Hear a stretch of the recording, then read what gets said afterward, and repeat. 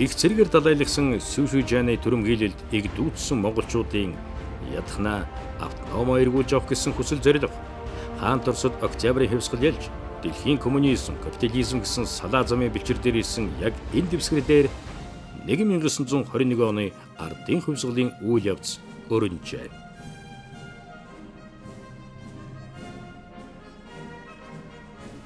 1920 онд Монголын эх орончид юуны өмнө одоо 19 онд цуцлагдсан Монголын автономт эрхээ сэргээх зорилго тавьж исэн. За тийм ч учраас одоо Монголын анхны долоо гэж ярьдаг Монгол ардын намын анхны долоон маань Зөвлөлт Оросын Эрхүү, Омск хотууд очиж одоо Зөвлөлт Оросын эрх баригчтай яриа хэлцээ хийсэн.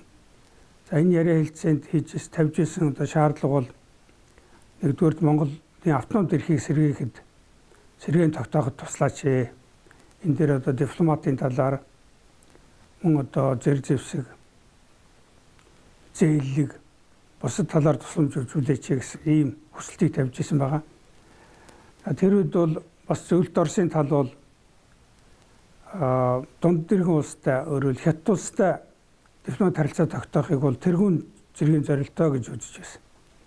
Тийм учраас бас Монголын одоо энэ төлөөлөгчдийн хүсэлтэд яаж хариу өгөх, ямар байр суурь баримтлахаа бол эхний үед бол одоо их төвдөж байсан талаар ажиглагддаг.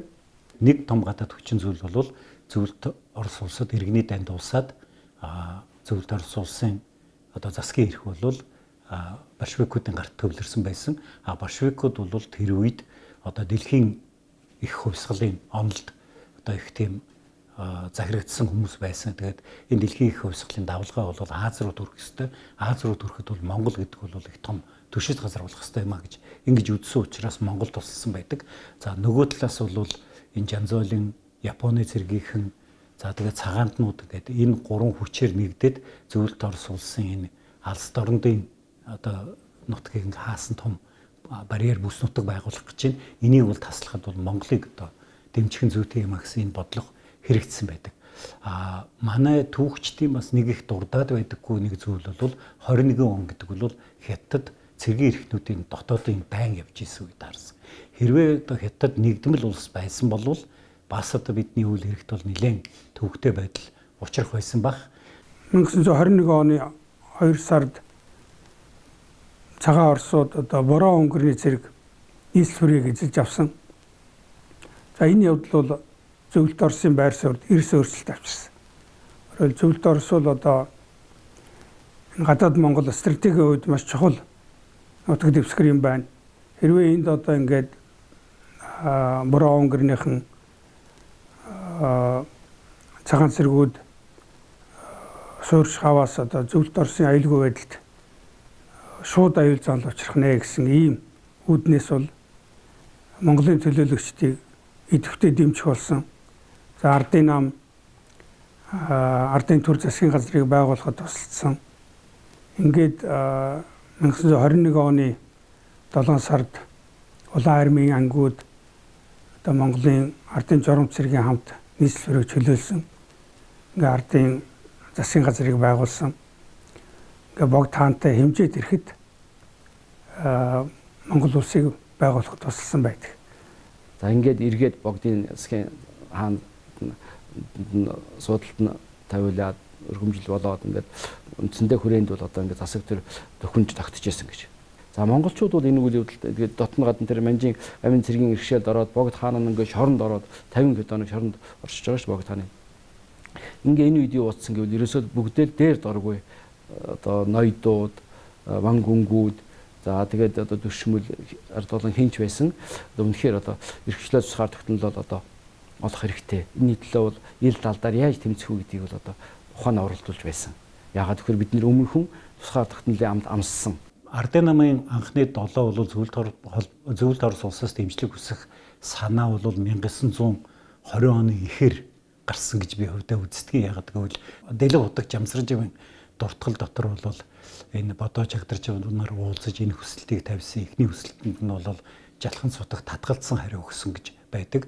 За тэр нь бол энэ үед Жалхан цудагт Америкийн нэгдсэн улсын засгийн газарт хандчихсан хариу хүлээж ийсэнтэй холбоотой 20 оны 5 сарын сүүлд 6 сарын ихээр тэд нэр дахиж уулзсан байдаг. Дахиж уулзахт нь бол Хатанбаатар Магсаржив Жалхан цуцагт Амьтан Базар нар уулзаад одоо та нарын хүсэлтийг хүлээж авна гэж хэлсэн байдаг. Яг гэвэл 20 оны 4 сард Америкийн консул ирж уулзаад явахдаа бид нар бол та нарт ямар нэгэн материалын тусламж өгч чадахгүй гэж хэлсэн.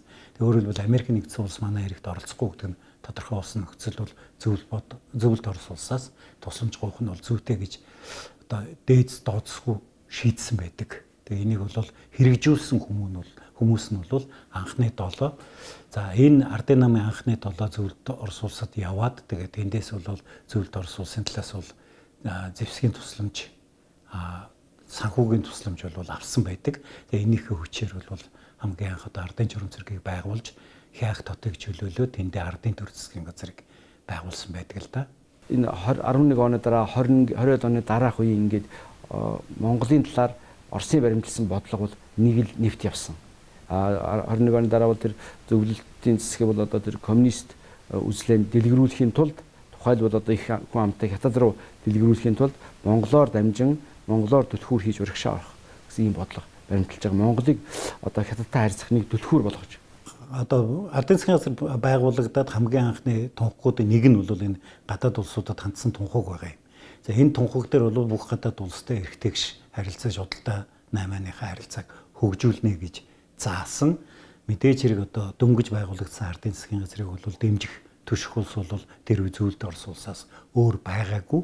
Гэхдээ энэ үед манай ардын засгийн газраас явуулж исэн бодлогыг харахад бол одоо Японтой харилцах гэж оролдож байсан, за Америктэй харилцах гэж оролдож исэн энэ алхмуудыг ингээ харахад бол ардын засгийн газрын их үед бол дэлхийн бүх улс орнуудтай тэр дундаа одоо манай оршин байгаа бүс нутагт нөлөө бүхий улс орнуудтай харьцах ийм сонирхлыг бол идэвхтэй илэрхийлж байсан юм байна гэж харагдаж байдаг.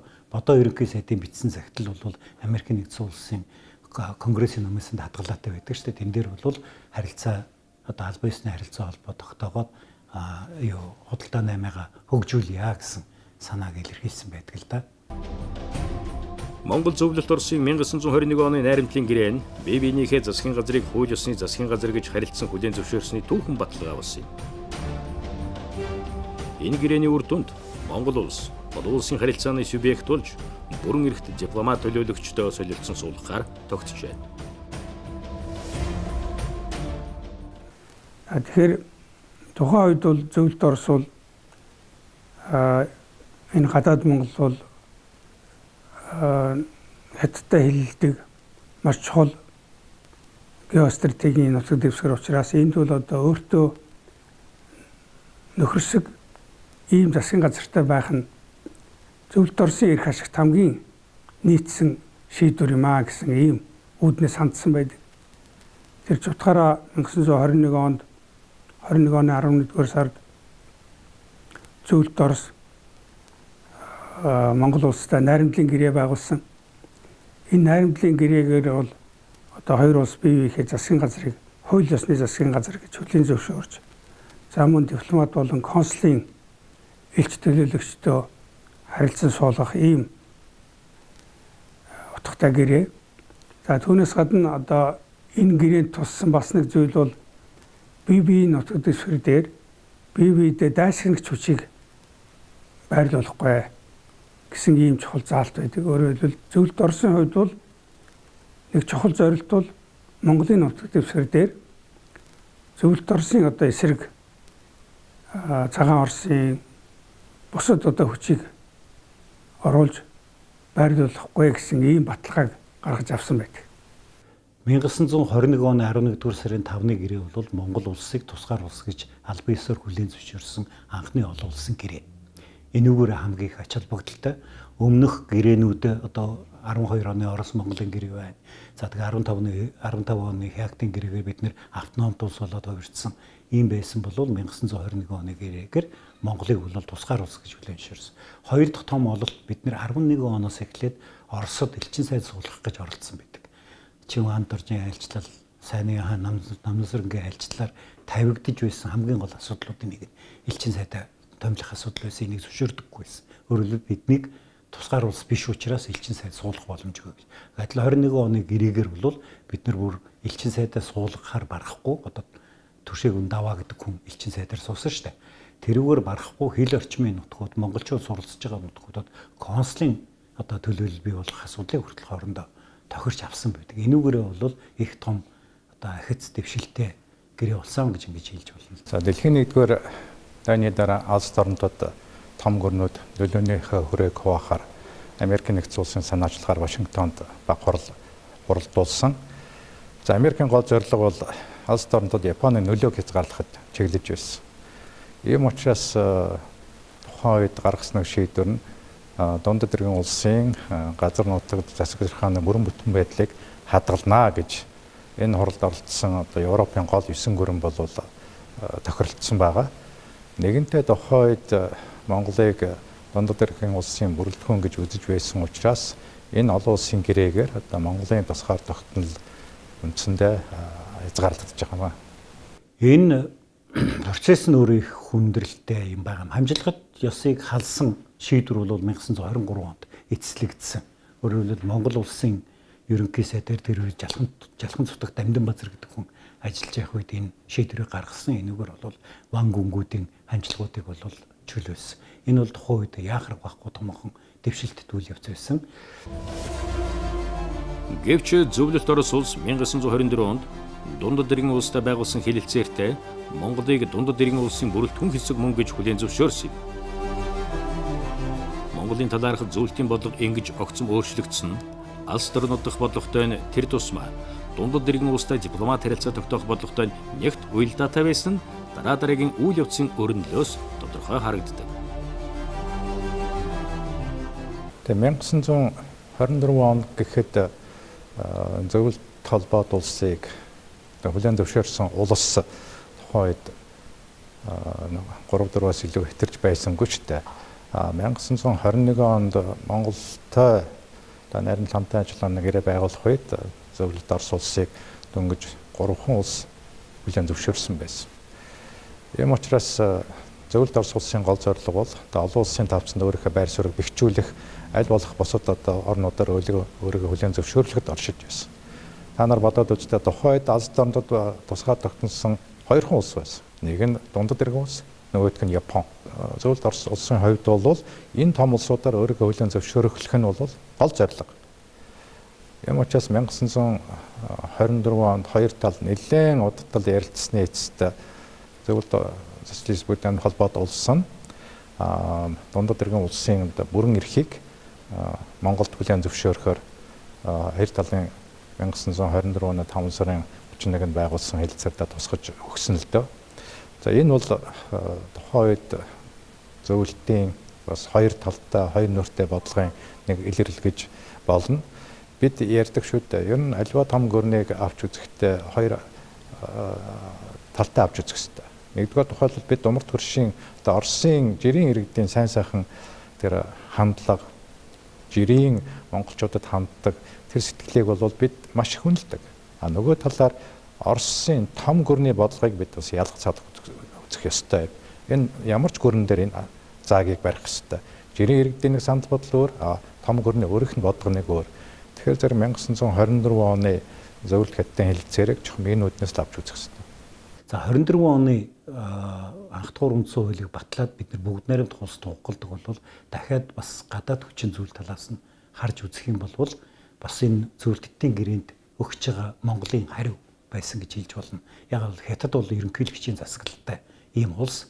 Тэгэхэд л манайх бол бүгд найрамд засаглалтай болгоод улсын баг хуралд одоо төрийн дээд эрхийг олгоод өөрөлдвөл парламентын засаглалтай улс болоод хувирчиж шээ. Танай улсын бүрэлдэхүүн яавч биш шал өөр одоо тогтолцоотой улс болчлаа гэж. Эдийн засгийн хувьд бол ерөн зүгээр энэ 20-од онд явуулж ирсэн бодлогуудыг харахад бол бүр их сонирхолтой бичиг баримтууд байдаг. Одоо дэлхийн улс орнууд янз бүрийн хэлбэр төрстэй, янз бүрийн хөгжил дэвшилтэй, янз бүрийн баялагтай учраас тэднийг эренбэлж харилцснаа гэж заасан. Тэгээ эренбэлж харилцах дотроо хэрвээ эрх биш эренблэх юм болвол гэж хагаад нэгдүгээрт Герман, хоёрдугаарт Англи, тэгээ Япон, тэгээ зөвлөлт Орос гэж бүр ангилсан байдаг. Тэгээ тэр нь бол ямар нэгэн тийм улс төрийн үзэл баримтлалын асуудлаар биш, үйлдвэрлэсэн барааны чанар, үн энэ бүгдийг харж агаад одоо энэ улсуудаас ирэмбэлж авна гэсэн ийм бодлого одоо тэр 20 онд тавигдчих байсан л да. Ер нь тухайн үед одоо архивын нэгэнд нээлттэй улсын баримтаас үзэх юм бол зөвлөлтийн засгийн газар тухайлбал одоо тухайн үед ажиллаж байсан зөвлөлтийн гадаад хэргийн ардын комиссар Жичээр түүний орлогч нар бол Монголын тусгаар тогтнолыг дэмждэггүй байж. Коминтерны гол зорилго бол тэр дэлхийн хувьсгалыг өдөөх. Түүний дотор алс орнод дэлхийн хувьсгалыг одоо галыг ноцоох, тухайлбал дундад дэргэн улсууд хэдийн ард түмнийг дэлхийн хувьсгалд татан оруулахын хувьд бол гол зорилго байсан. Энэ зорилгын хүрээнд дундад дэргэн улстай харилцахын хувьд бол зөвлөлтийн хувьд хамгийн их ач холбогдолтой байж л дээ. Юм учраас Коминтерн бол энэ дэлхийн хувьсгалыг өдөөх гол үүрэгтэй улс төрийн байгууллага. За Коминтернаас тухайн үеийн одоо Гоминданы төлөөлөгчтэй хүлээн аваад 1923 онд гаргасан тогтоолдоо холбооны бүгд найрамдах дундад дэргийн улсын бүрэлдэхүүнд одоо бүгд найрамдах Монгол ард улс багтнаа гэсэн ийм тогтоолыг баталсан байна. За энэ тогтоолыг баталснаар тухайн үеийн одоо эрх барьж байсан Гоминданы эрх баригчд бол нэлээд сэтгэл ханамжтай ботсон.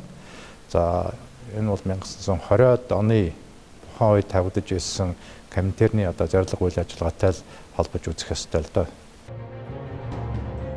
Зөвлөлт Орос хэдийгээр Монголыг Хятадын салшгүй хэсэг гэж зөвшөөрсөн ч коммунизмыг түгээх геостратегийн бодлогын үүднээс мөн Хятадд коммунист хувьсгал хийх гарц гэж Монголыг үзэж байсан. Монголчуудын хойд хөршөө түшгээс аргагүй болсон тухайн үеийн шаардлагатай нөхцөлдсөн. Ийм учир холбогдлоор Монголыг хөрөнгөтний бус замаар зөвлөлт загвараар хөгжүүлэх бодлогоо зөвхөн урагшлуулж байлаа. Энэ цагаас хойш зөвлөлтийн Монголд явуулсан бодлого 20 дугаар зууны сүүл хүртэл сайн сарын аль алинаар нь явж ирсэн. Ардын намыг анх үндэслэн байгуулсан хүмүүс, за ардын засгийн газар байгуулсан мөчөөс эхлээд Монгол улсын цаашдын хөгжлийн замын тухай маргаан үүссэн байдаг. Хэрвээ одоо та бүхэн ингээ харах юм бол Жанжин Сүхбаатарын хэлжсэн юм болохоор одоо иргэн бүхэн тэгш баян чин шудраг улс байгуулахыг хүснэ гэж. За ингэхлээр нэг тийм хөрөнгөтний бүгд найрамдах улс шиг ийм зөвлөлт толгойд бууж байгаа. Данзан бол яг энэ санааг ярьдаг, хөгжлийн шат гიშгүүрийг алгасч болохгүй гэж. Тэгэхээр зэрэг хөрөнгөтний бүгд найрамдах улс байгуулах хэрэгтэй. Тэгэхдээ бүгд найрамдах улс байгуулна гэж одоо Данзан Сүхбаатар нар үзэжсэн байдаг. Гэтэл бодоо болохоор зэрэг бодоогийн одоо 100-ын ламд бичсэн захиал дээр бүр яг дурдсан байдаг. Монгол улс бол их баг улааны үзэл тохирохгүй гэж. Их улааны үзэл гэдэг нь большевизм, баг улааны үзэл гэдэг нь меньшевизм. Энэ хоёрт Монгол тохирохгүй. За хуучны адил хэмжээгүй эрэхт хаан засаг таарахгүй. Тэгэхээр зэрэг хэмжээт эрэхт хаан засаг байх ёстой юм а гэж. Тэгээ энэ маргаан явсаар байгаад сүүлд нь бүгд найрамдах улсын хэрэг болоод тэгээ бодоогийн хэрэг болоод ингээд нэг хэсэг нь буруудаад буудагдсан. За энд бол одоо хүрээнд байсан Оросуудын нөлөө маш их орсон. Тэр үед бол дотоодын хямгаалахыг газрыг бол Оросын иргэн өдөрдөж байсан шүү дээ. Бадарум гэж бүрээдхэн өдөрдөж байсан. За дараа нь энэ маргаан явсаар байгаад 1924 оны намын 3 дугаар их хурал дээр хөгжлийн замын тухай маргаан болж Элбегдор Жиринчино Данзан хоёрын дунд одоо маргаан болж хувирсан. Тэгээд уул нь одоо их хурлын төлөөлөгчд бол Данзанг дэмжиж одоо ардын намын анхны эрмэлзэх 10 зүйлийг өөрчлөхгүй гэд ингээд явж яхад нь бол хурлын дундуур Данзанг баривчилж буудснаар одоо энэ маргаан эцэс болоод бид нар бол бүгд найрамдах улсаа тунхаглахдаа зөвлөлт холбоот улсын үндсэн хуулийн загварыг барьж одоо тэр үндсэн хуулийг үлгэр болгож авч хийсэн. 24 оноос өмнө бол манайх Английн үндсэн хуулийг загвар болгож авч хийсэн. Энэ бол бодоогийн бодлого хэмжээд ирэхт хаан засагтай байх хэрэгтэй байсан. Ийм учир шалтгаантай юм байна. 21 оны голгод одоо Данзан, Бодоо, Сүхбаатар гэл манай өсөлтнүүд байна. Энэ хүн бүгдээрээ Монголын төлөө, Монголын эрхчлөө, цусгаар тогтнолын төлөө гэсэн үсэл бодол нэвт байсан. Тэгээ энэ хүмүүс чухамдаа тийм ч учраас жишээ нь одоо ардын засгийн газрын анхны ерөнхий сайд Бодоо, ерөнхий сайд болоод сарын дараа л одоо би боликс өргөдлөгч байгаа шүү дээ. 6 сарын дараа бүр ахиж өргөдлөөгөө тэгээд ерөнхий сайдаас нь болоод ахаад 6 сарын дараа цаас болж байгаа. Ардын намын дараа Данзан бас буудуулчихж байгаа шүү дээ 24 онд. Монголд орсон тэр зөвлөлтийн одоо коммунизмын үзэл бодолтой санал бодол нийлэхгүй байсан гэж. шулуухан хэлэх зүг баг тийм. Яагаад гэхээр энэ бодоод анзан нар бол үндсэндээ бол энэ зөвлөлтийн хүмүүс бид нэр гар хөл хийж гинэ гэдгийг эрт ойлгосон учраас зөвхөн хатарч гэсэн ялгаа байхгүй тэгсэн. Коминтерны төлөөлөгч бол за ер нь бол 1924 оноос эхлээд суусан Монголд. За ихэнх үедээ бол ерөөсөө явуулж исэн бодлого нь Монголын дотоод байдлыг ойлгохгүй юм хүндрэлтэй нөхцөл үйдэд үүсэт байсан учраас 25 онд манай ардын намын төвөөрөө чинь хөөгд гаргачихж ирсэн шүү дээ. Коминтерны төлөөлөгч чинь. Тэгээд дараагийн улсууд нь ирснийхээ дараа манай дотоод хэрэгтэй идэвхтэй оролцож одоо үүмүүлж эхэлсэн. За үүмүүлж эхэлсэн одоо тэр нь бол Монголын засгийн эрх барьж байгаа одоо хүчнүүд дотор байгаа янз бүрийн фракцуудаас өөрийнх нь үгийг дуулууртай биелүүлэх фракц хайж. За тэгээд өөрийн гэсэн бодолтойнуудын шахан зайлуулах. За тэгээд дунд нь ясаа их утга хүмүүлэх мэт ажлууд хийгдсэн байдаг. За тэгээд ер нь бол 28 оны тэр гадаад худалдааны онц эрх тогтоосон энэ асуудлыг бол манай түүхэн жаахан өрөөсгөл тайлбарлаад байдгийг. Яг бол 1928 онд бол хэд хэдэн чухал үйл явдал болсныг манай түүхэн дурддаггүй баргын хувьсгал гэж болсон. Баргад үмэн гарсан. За баргад үмэн гарсантай холбогдуулаад орон нутгийн төмөр зам дээр мөргөлдөөн болсон. Хятад Оросын хор зэвсэгт мөргөлдөөн болсон шүү дээ.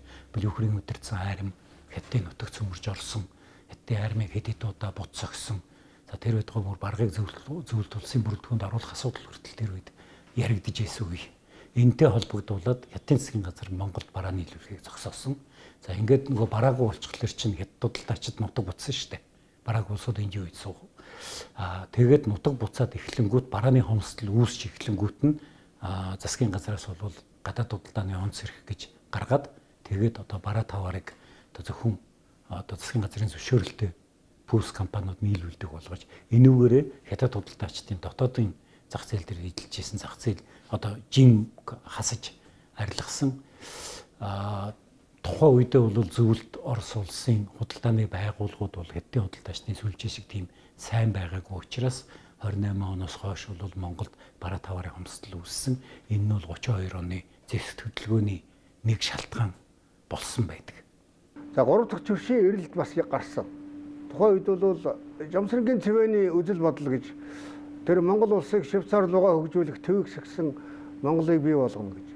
Тухайн үед бол Монголын баруунтнууд гэж нэрлэгддэг тэр улс төрчид бол Европыг бол 3 дахь хөрш гэж үзэж тэр нь 1911-аас 15 онд явуулж байсан Богд хаант Монгол улсын үеийн тухайн үеийн тэр 3 дахь хөршийг эрэлхийлсэн бодлогын үргэлжлэл нь байж. Ингээд бол Герман, Франц руу анхныхаа оюутнуудыг явуулж. За дээрэс нь бол идэвхтэй харилцаа тогтоох гэж оролдож байсан. Тэр дундаа Ваймарын Герман бол Монголд их нээлттэй хандж байсан. Ваймарын Герман.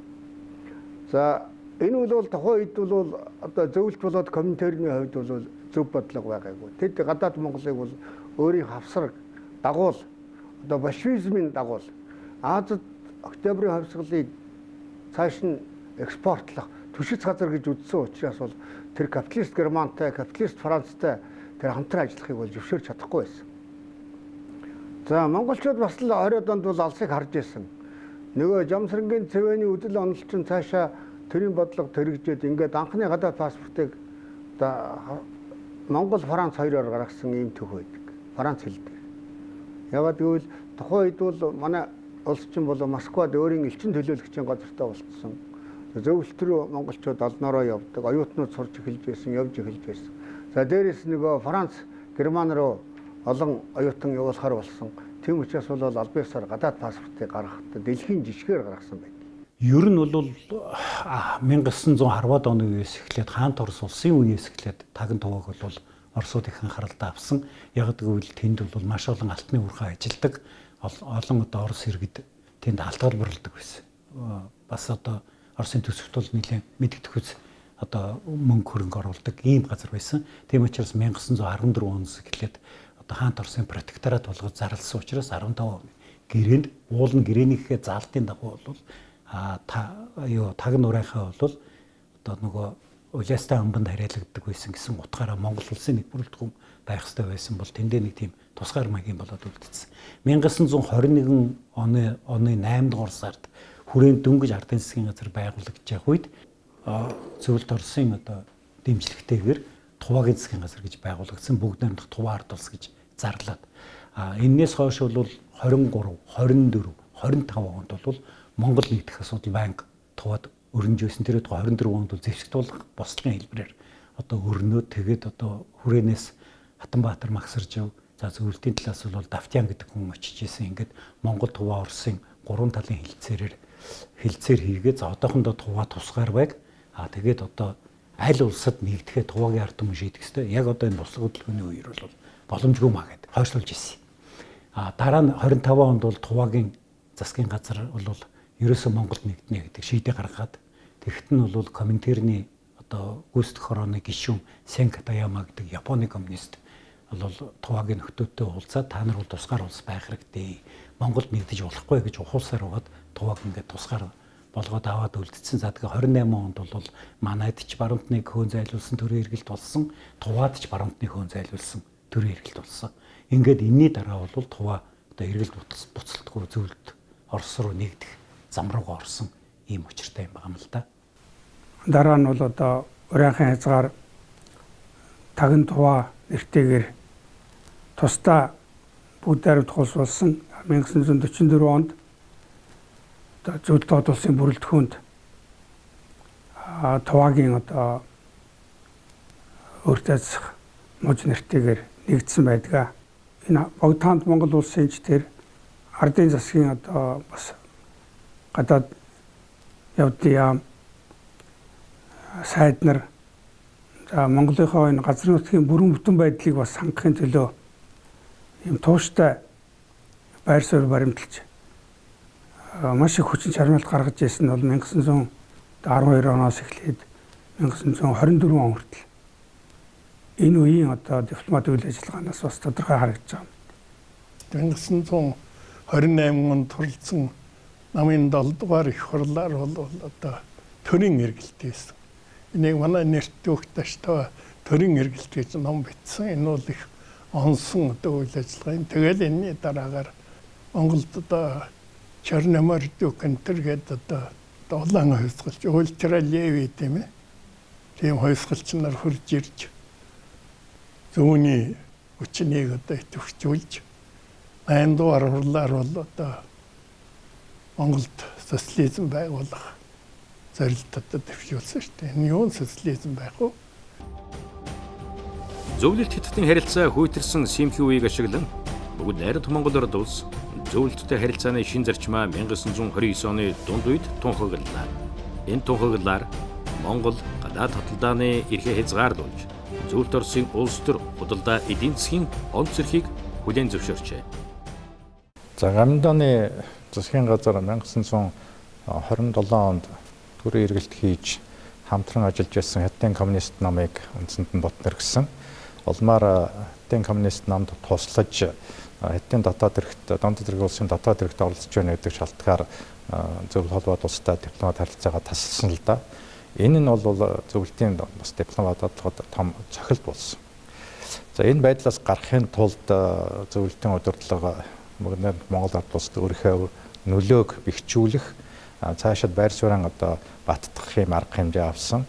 За үүний нэг хамгийн ихний том алхамны өгтөр Монгол Хятадын хооронд хийгдэж байсан худалдааг тассан зогсоох түүнийг бол Монгол зөвлөлтийн худалдаагаар орлуулах. За энийг хэрэгжүүлсэн одоо арга хэмжээний хэлбэрний өгтөр гадаад худалдаанд онц эрхийг төрийн мэдэлд хилжүүлэх ийм шийдвэрийг гаргасан. За энэ бол үндсэндээ одоо зөвлөлтийн ятгалгаар зөвлөлтийн удирдлагаар зөвлөлтийн нөлөөгөөр хийгдсэн алхам.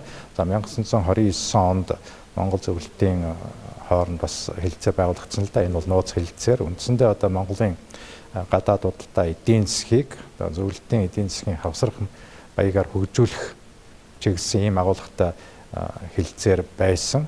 За энэ хэлэлцээрийн одоо нэг сөрөг дагавар нь 1930-аад оноос эхлээд Монголын ард түмний тунд нэлээд ургуулцлыг хөргөссөн гадагшаага гарах хөдөлгөөнийг өрнүүлсэн. За эцэстээ одоо бүр зэвсэгт бослогод хөргөсөн шүү дээ. Яагаад гэвэл тухайн үед монголчууд дунд тэргийн улсаас хангадж ирсэн бараа таваар өдөрт тутмын хэрэгцээгээд тэндээс нийлүүлдэг бүхэл зүйлээр одоо хангаад дасцсан байсан. Гэтэл энэ бараагийн хангалтыг таслахтай зэрэг зөвлөлтийн тал одоо зах хэмжээний бараа нийлүүлэлтийг бол хийж чадахгүй.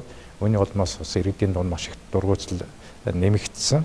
Тэгээ энэ бүх сөрөг үр дагавар бол бас энэ Зөвлөлт Монголын харилцааны шинэ зарчим тогтоох гэсэн тэр 1929 оны хэлэлцээр бас нэг сөрөг үр дагавар л та. Үндсэндээ 21 оноос хойш бүр хойшлоод ярил 29 оноос хойш Монгол улсын бие даасан гадаад бодлого гэж бараг байхгүй шахав.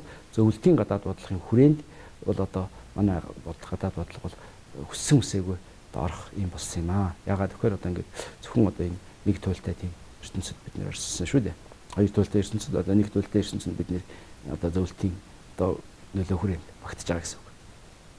Энэ бодлогод 90 он хүртэл үргэлжилсэн гэдгийг шулуухан хэлэх зөв болов гэж бодож байна да.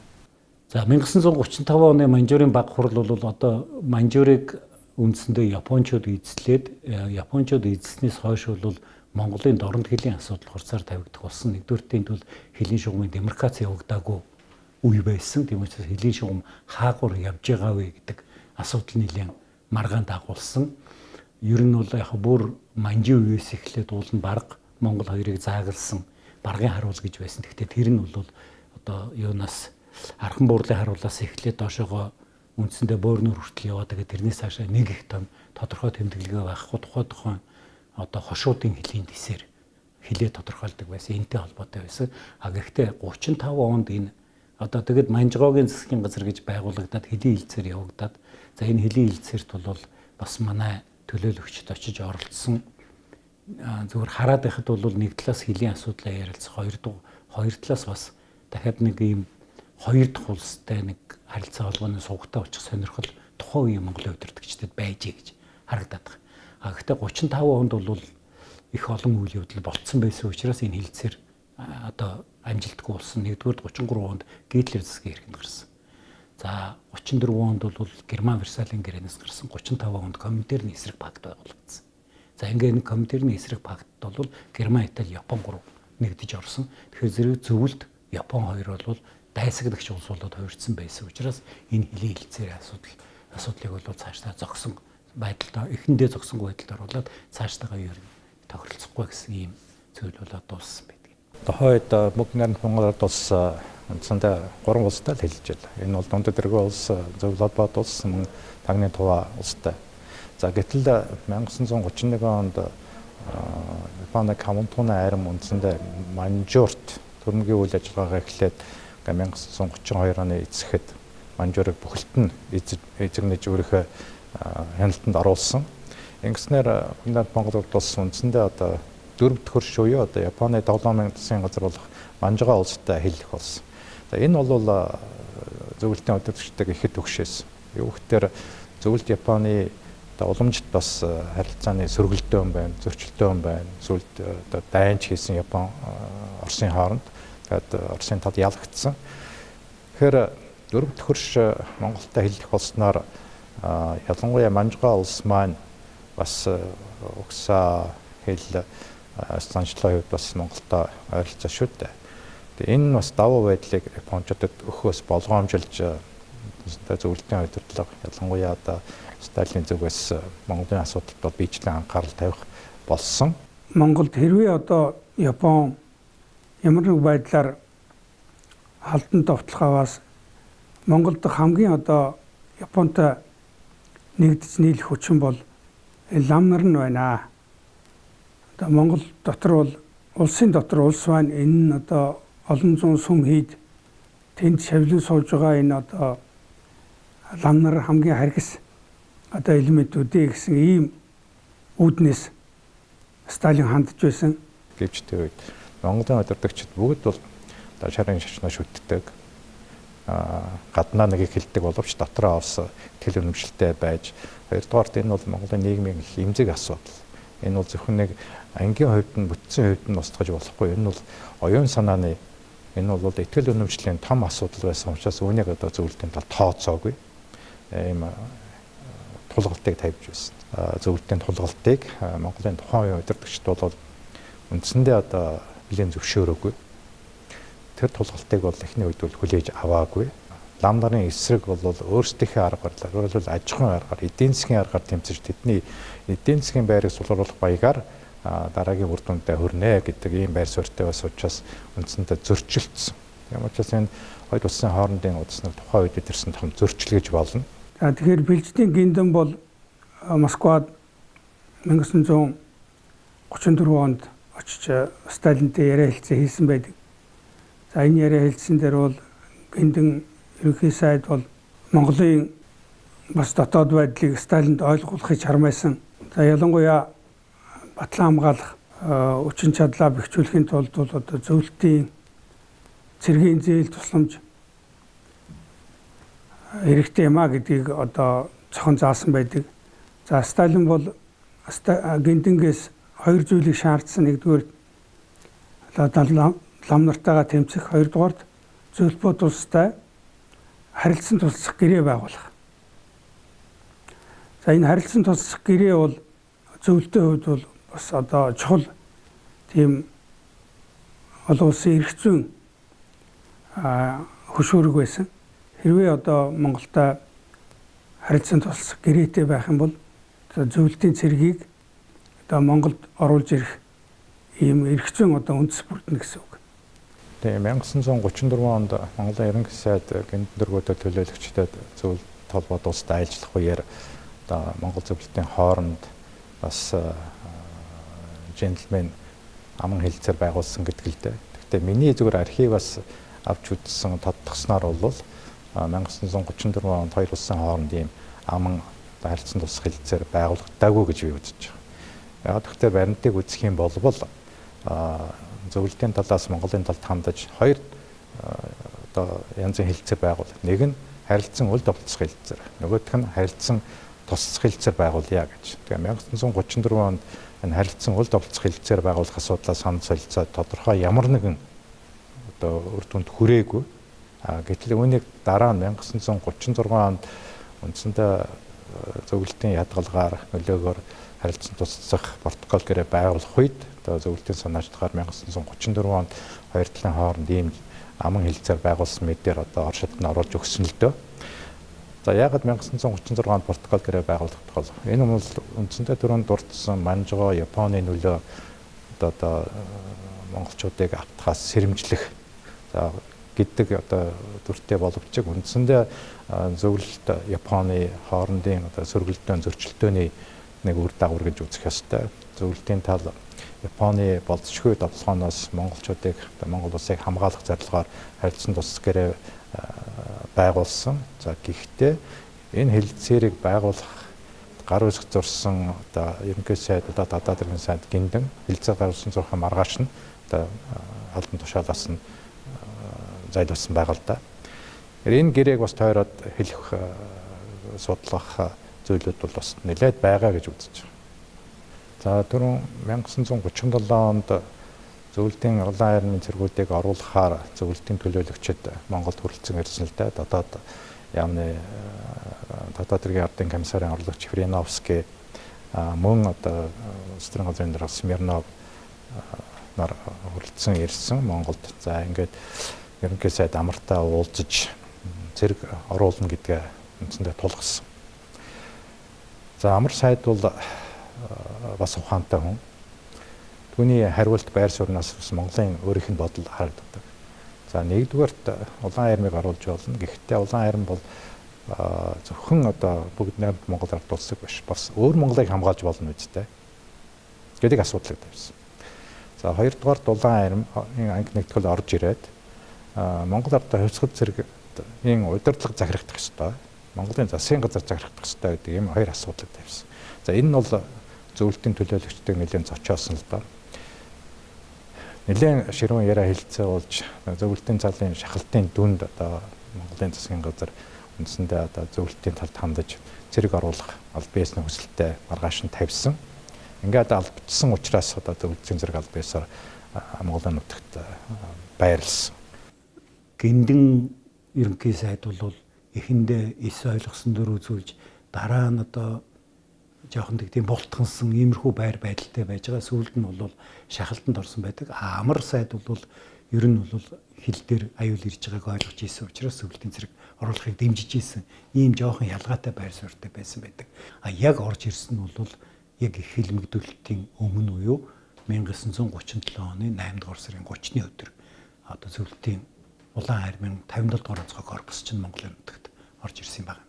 Одоо Коминтерны архивт бол энэ асуудлыг наривчлан судлууштай материал байдаг.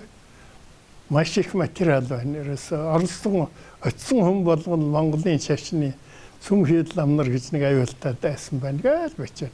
Тэр нь явсараад Сталины толгойд нөлөөлсөөр хагаад ерөөсөө нэг энэ сүм хийдэл амнарыг энэ тухай шийдвэртэй арга хэмжээ авах хэрэгтэй юм гээд энэ асуудал нийтээр хэлмэгдүүлэхийн одоо нэг том үндэс болсон. Нөгөө талаар зөвлөлт холбоо тулсад Сталин бол одоо нийтээр хэлмэгдүүлэх ажлыг эхэлсэн. Энийг Монголд одоо шууд одоо хуулбарлсан.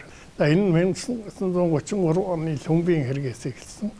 Одоо нийтээр хэлмэгдүүлэх ажил. Тэгээд 1937 онд бүр одоо том заговор гэдэг хэргийг нээж одоо Монголын улс төрийн зүтгэлтнүүд нэртэй зохиоднуудыг хэлмэгдүүлсэн юм байна. Тусгаар Монгол улсын түүхэнд улаанаар бичигдсэн их хялгын он жилүүдэд 30 мянган монгол хүний халуун ам үргэлжсэн эмгэнэл төв заяагаар зөвлөлт холбоо тулс бүгд найрат Монгол ард улсад өөрийн ноёрхлоо бүрнээ тогтоон бэхжүүлсэн юм а. Энэ үеийн Монголын төр засгийн зарим удирдагч Сталины хатуу бодлого улс оронд нь тохиолдсон эмгэнэлт явдалтай эвлэрч суугаагүй ил далд тэмцсэнийг түүхэн баримтууд тодруулсаар байна. Энэ нь Японы нөлөө Азийн орнуудад нэмэгдсэн. Ялангуяа 1937 онд Япончууд Хятадын эсрэг дүрмгийн дайныг эхлүүлсэн. Эдгээр аль биесээр дайн хоёр талаасаа зарлагдаагүй боловч 1937 онд Японууд Хятадыг эзлэн дүрмгийлж үндсэндээ одоо газар нутгийн бараг 3/1 шахмыг эзэлж авсан л да. Ингээд Япончууд улмаар умар зүгрүүгээ давтуулж өөр Монгол цөмөрж орж ирсэн. За үүний өмнө бол өөр Монголыг үндсэндээ Япончууд өөрийнхөө улс төрийн хяналтанд авцсан байсан. За Японы зэрэг үндсэндээ одоо хаалганыг эзлээд Панчгуугийн давааг даваад үндсэндээ одоо Монголд ойртох ийм л болж ирсэн л да. Өмнө дээр бол зөвлөлтийн тал дүгнэлт хийгээд ер нь Япончууд өмнө зүгээс Монголыг давталж цөмөрж болзошгүй юм. Энэ нь бол зөвлөлтийн одоо Азийн орнуудын аюулгүй байдалд ноцтой аюул учруулна. Яагаад гэвэл Японууд хэрвээ Монголыг эзлээд Монголоор дамжаад байгаль нуурд хүрэх юм бол Франц бэрийн төмөр замыг таслана. Ингэснээр Азийн орнуудыг бүхэлдэн тасалж авах аюултай гэж үзээд за Монголд одоо өөрийнхөө цэргийг оруулаа гэдэг шийдвэрийг 1937 оны 8 сарын дундуур гаргасан л да. За үүндээс эхлээд одоо Монголын одоо түрүүний хэлдэг геостратегийн ач холбогдол бол зөвлөлтийн хувьд бол их нэмэгдсэн. Тэгэхдээ тухайн үед баримт архивын материал үзэх юм бол Монголын удирдагчид за Монголын цэргийн удирдлагч гэсэн хийж байгаа дүгнэлт нь зөвлөлтөөс арай өөр байсан. Энийг бас бид ялгаж салгаж ойлгох хэрэгтэй.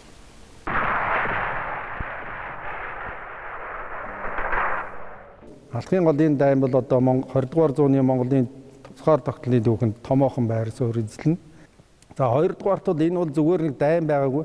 Дэлхийн 2 дугаар дайны эхлэл байсан гэдэг дээр судлаачид санал нэгдэж байгаа. Яагаад гэвэл энэ алхын голын дайны үр дүнд энэ Азийн орнуудын цэрэг улс төрийн байдал за Японы зүгээс энэ баримталж байсан цэрэг улс төрийн бодлого, хаант Оросын бодлого тэгээд энэ бүс нутгийн байдал үндсэн өөрчлөлт гарсан. 1941 оны зөвлөлт Японы төвийг сахихгүй гэрээний хавсралт гэж Москвад гар үсгэж зорж баталсан л та. Энэ бол 4-р сард 41 оны. Тэгэхээр тэнд бол юу байгаа хөтэ зэрэг 1907 онд хаант Орос Японы хооронд байгуулсан тэр баримт бичгийн хэлэлцээрийн үргэлжлэл. 1970 оны Петербургийн тэр хэлэлцээрийн үргэлжлэл. Тухайн үед бол эрх ашиг хувааж авсан. 1907 онд бол хаант Орос Япон хоёр өөрийнхөө онцгой эрх ашиг гэдгийг гадаад Монголд умард манжуурд хаант Оросын эрх ашиг өмнөд манжуур болоод өөр Монголд Японы эрх ашиг гэж хуваасан байхгүй юу?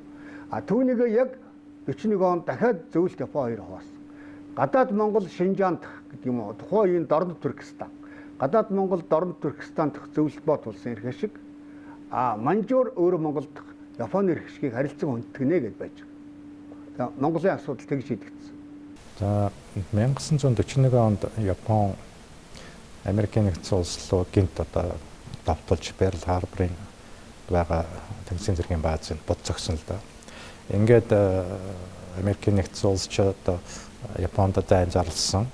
Үүний хариуд нь Германч бас Америкт нэгдсэн улсын эсрэг дайн зарласан.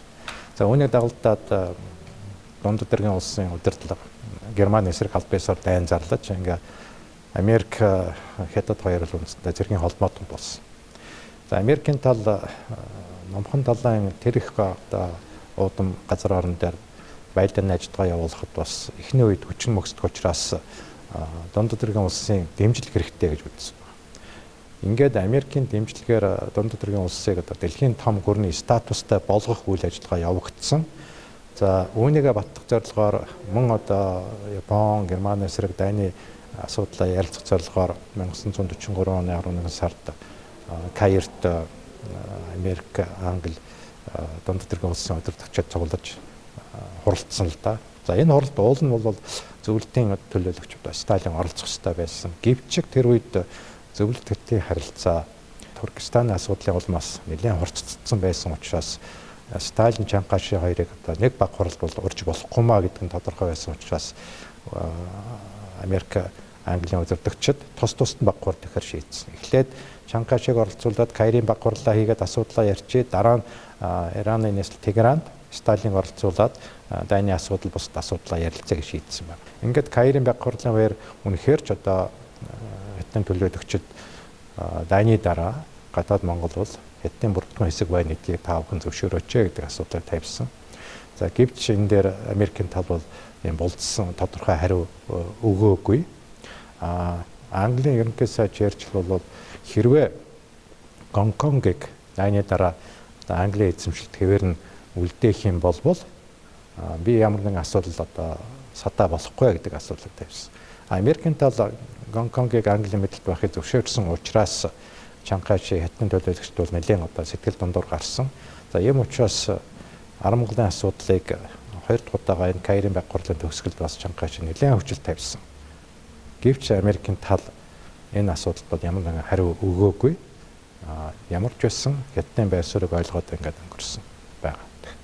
Каирын баг хурал, Тегераны баг хурлын дараа үндсэндээ Америкийн нэгдсэн улс Японы эсрэг дайнд хятадыг идэвхтэй оролцуулах шаардлагатай юм байдаг гэдэг дүгнэлт байр суурь нь улам батсан. Үүний зэрэгцээ бас Японы эсрэг зөвлөлтийг хуурай замаар байлдааны ажиллагаанд оруулахгүй болвол Японыг бол хуурай замаар бид бас дийлэхэд хэцүү гэдэг Америкийн цэргийнхний зөвлөмжийг тухайн үеийн одоо ерөнхийдөө Рузвельт хүлээн аваад энэ чиглэлээр л ажилласан л да.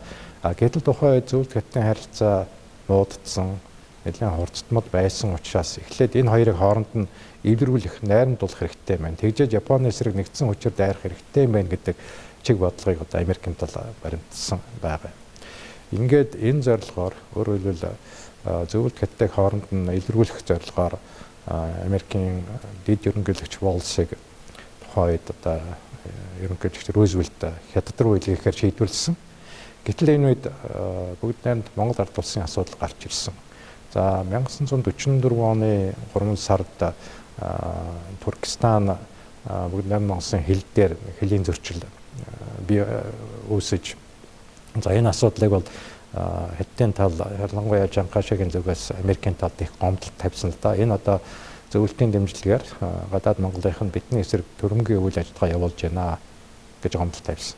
Юм учраас дэд ерөнхийлөгч Волсыг бас замдаа бүгд Монгол улсад очиж нөхцөл байдлыг судалж ирэхийг одоо даалгасан л да. Ингээд дэд ерөнхийлөгч Волс 1944 оны 7 сарын 2-4-нд одоо бүгд Монгол улсад зочилсан. Манай нөхцөл байдалтай танилцсан. Монгол ном, марк өөрөө худалдаж аваад ерөнхийлөгч Рузвельтэд өгчээсэн байгаа. Та энийг харал да. Энэ бол марк нь байна. Өөрөөсөө бичиг үсгтэй байна. Өөрөөсөө хэвлэлтэй байна. Зүгээр ганц нэг асуудал байна. Биднийг ороход виз өгсөнгүй. Зүгээр биднийг хүндэтгээд одоо виз олохоо одоо умартсан юм болоо да гэдээ бас шогоор хэлж ирсэн байна. Дэд ерөнхийлөгч Волсын одоо боловсруулсан Монголд ажилласан тухай элд хуудас бол ерөнхийлөгч Рузвельтэд их нөлөөлсөн л да. Үндсэн дүгнэлт бол Монгол бол бие даасан өөр өөртөө захиргаатай ийм үндэстэн байна. Энийг бол бид умардаж болохгүй л гэсэн дүгнэлт байсан. Төрийн зүтгэлтнүүд чадах чинээнийхээ хэрээр зөвлөлтийн нөлөөнөөс гарах, зөвлөлтийн тулгалт шаардлагуудыг ил далдуур эсрэг үүсгэж тэмцсээр улс орныхоо тусгаар тогтнолыг дэлхийд бүлээн зөвшөөрөх түүхэн цаг үедээ золгосон юм а.